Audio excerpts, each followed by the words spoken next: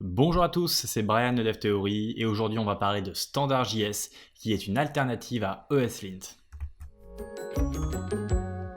Vous êtes sur DevTheory, la chaîne pour devenir et rester un bon développeur JavaScript. Alors dans cette vidéo on va parler donc de Standard.js. Standard.js, en quoi c'est une alternative à ESLint? Eh bien en fait ça va également faire office de linter mais également de formateur. Et donc quelle est sa particularité?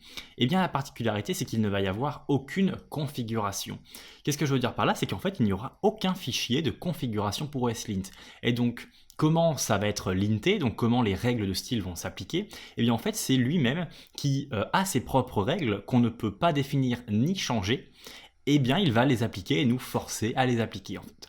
Donc la philosophie de Standard.js, c'est de dire eh bien, vous êtes développeur, votre taf c'est de développer, et notre taf à nous, ça va être eh bien, de avoir justement un guide de style pour votre code en fait. Et donc tous ces débats sur le nombre d'espaces pour la tabulation, sur le fait de mettre des points-virgules ou non, tous ces débats-là de style en fait concernant votre code, eh bien vous ne les gérez plus et c'est Standard.js en fait qui va les gérer tout seul.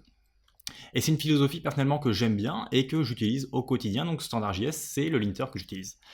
Et donc on va un peu voir comment on va l'utiliser. Donc on a juste à utiliser la commande standard-fix pour qu'en fait ça fixe toutes les règles, donc ça applique toutes les règles de style qu'il définit. Alors quelles sont ces règles-là? On peut cliquer sur Rules ici pour voir toutes les règles.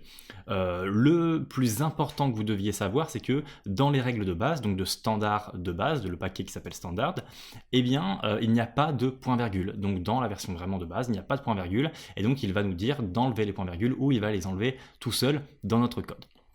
Puisque c'est un point qui fait un gros débat, il existe un paquet qui s'appelle semi-standard, donc sans espace, directement semi-standard, et qui va simplement être standard, mais avec cette règle de modifier, car beaucoup de personnes préféraient avoir des points-virgules. Mais sinon, c'est le paquet simplement standard qu'on peut installer en global et qui va nous permettre donc d'être présent sur tous nos fichiers. Si vous voulez juste voir à quoi ça donne, vous pouvez faire un petit npx, donc ça va l'installer, puis le désinstaller une fois que c'est fini. Et donc comment on l'utilise? Eh bien comme je vous ai dit, c'est simplement en faisant donc le standard. Et qu'est-ce qu'on peut faire de la bonne manière de l'utiliser? Eh bien la bonne manière c'est de le mettre en dev dependencies. De cette manière-là, dans notre projet Git, eh bien tous les développeurs concernés sauront que le linter c'est standard et l'auront de base installé sur leur machine puisque c'est en local. Et derrière, eh bien, vous pouvez simplement le mettre dans une commande script comme test juste ici.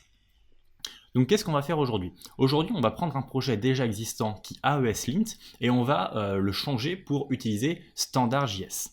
Et donc on va faire ça sous VS Code et il y a une extension VS Code, c'est celle-ci, VS Code Standard.js, que bien sûr j'ai déjà d'installer sur ma machine juste ici. Donc là si je vais voir un peu l'extension en question en tapant Standard, vous voyez que je la trouve directement. Et comment faire pour qu'elle marche? Eh bien pour qu'elle marche il faut simplement donc installer l'extension bien sûr, installer un des paquets par exemple standard ou semi-standard et ensuite il va falloir désactiver le validate.enabled. Donc pour ça vous avez simplement à faire CTRL virgule et ici à taper donc javascript.validate et à changer l'option donc en disabled tout simplement. On va revenir là, on va revenir dans notre projet juste ici, et vous voyez que par exemple si je vais sur un app.js, et bien là il va, voilà, il fallait juste 2 petites secondes, il va me dire les points-virgules ça va pas, d'autres choses ça va pas, tout ça tout ça. Et on voit également qu'on a une configuration ESLint de présent, même dans nos paquets. Ici, on va avoir donc du ESLint qui est présent par exemple dans le script.lint et ou même les ESLint qui sont ici. Donc ce qu'on va pouvoir faire en premier lieu, c'est désinstaller tout ça.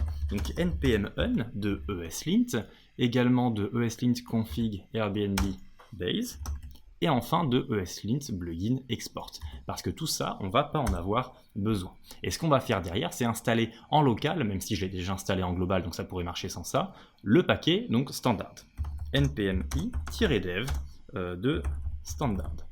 Voilà. Il va donc s'installer, et dans notre lint ici, on va remplacer ça par standard, justement, et le --fixe, enfin on va juste enlever le src, puisqu'on veut finalement que ça comprenne également notre dossier test, et de base, bien sûr, il ne va pas comprendre le dossier node modules au niveau du lintage. Hop, on enregistre ça, ça s'installe toujours, on va pouvoir revenir sur notre app, voir donc qu'il y a tous ces points-virgules qui sont présents ici, Et donc dès que c'est fini, on va pouvoir lancer la commande standard pour simplement voir de base qu'est-ce qu'il va nous indiquer en fait. Donc si je fais standard sans faire le tiret fixe, il va donc nous indiquer toutes les lignes et à quel niveau, à quel caractère il y a un problème. Et là, vous voyez, extra semicolon, describe is not defined, it is not defined. On va avoir pas mal de choses comme ça dans tout notre projet. Vous voyez qu'on a le dossier SRC ici et le dossier test qui est juste ici. Maintenant, si je fais un standard donc fixe, eh bien il va fixer tout ce qu'il peut fixer. Et tout ce qu'il ne va pas pouvoir fixer, eh bien ça va être juste ici.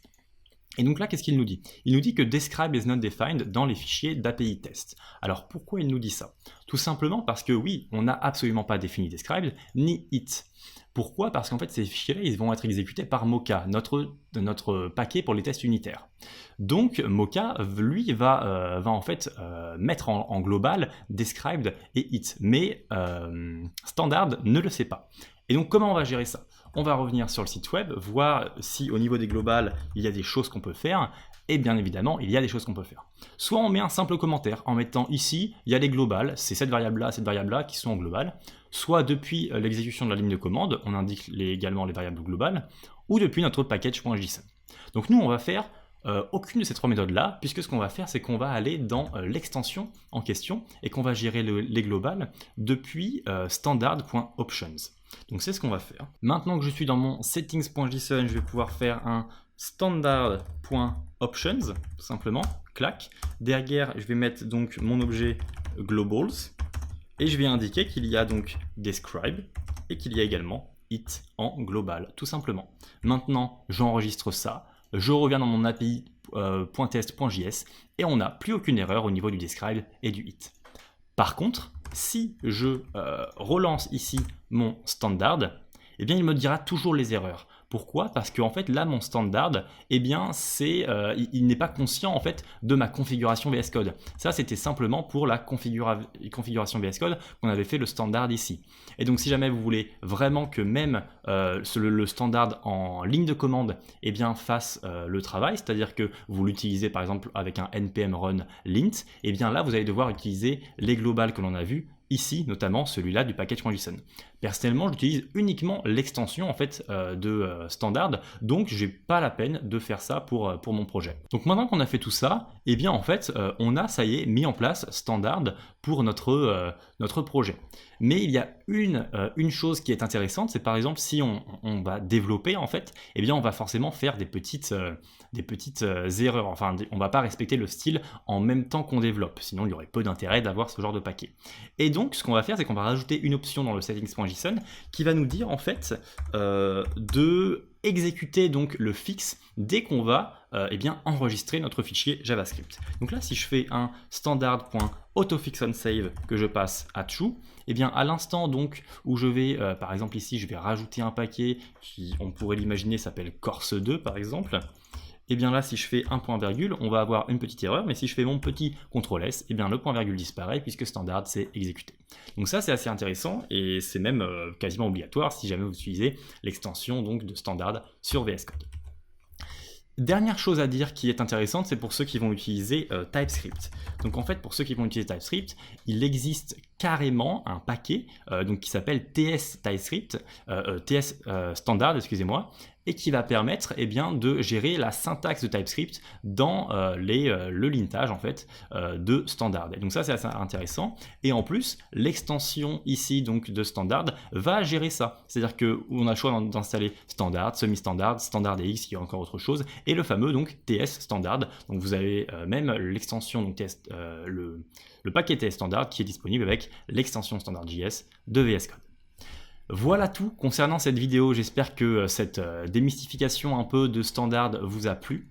Si jamais vous êtes dans VS Code, vous aimez beaucoup VS Code, et bien je vous propose ça, c'est-à-dire que c'est 7 astuces pour finir sa journée plus vite sur VS Code. Donc c'est des petites astuces, je dévoile la première juste en dessous ici. Si jamais vous êtes intéressé, je vous mets ce lien-là juste en dessous dans la description. Et bien sûr, je vous mets le lien de standard.js également dans la description. Et on se retrouve dans une prochaine vidéo. À bientôt.